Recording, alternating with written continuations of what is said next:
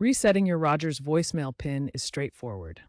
As of 2025, Rogers offers a streamlined process primarily through the My Rogers app. First method, open the My Rogers app and log in.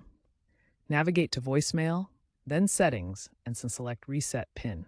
You'll be prompted for verification via SMS or a call to confirm your identity, thanks to enhanced security features from 2024. Follow the instructions to create a new 4-6-digit PIN. Alternatively, dial 98 from your Rogers phone. Enter your old PIN if you remember it, or skip and select the reset option. Then create your new PIN. Remember, PINs should be 4 to 6 digits for security. It's a good practice to change your PIN quarterly. If you encounter issues, Rogers customer service at 1-888-ROGERS is available to assist. Customizing your voicemail greeting and managing notifications are key to personalizing your Rogers voicemail experience. To customize your greeting via the My Rogers app, go to the voicemail section, then Greeting. Here, you can record a new greeting or select from preset templates. You can also customize greetings by calling 98, entering your PIN, and selecting the greeting options.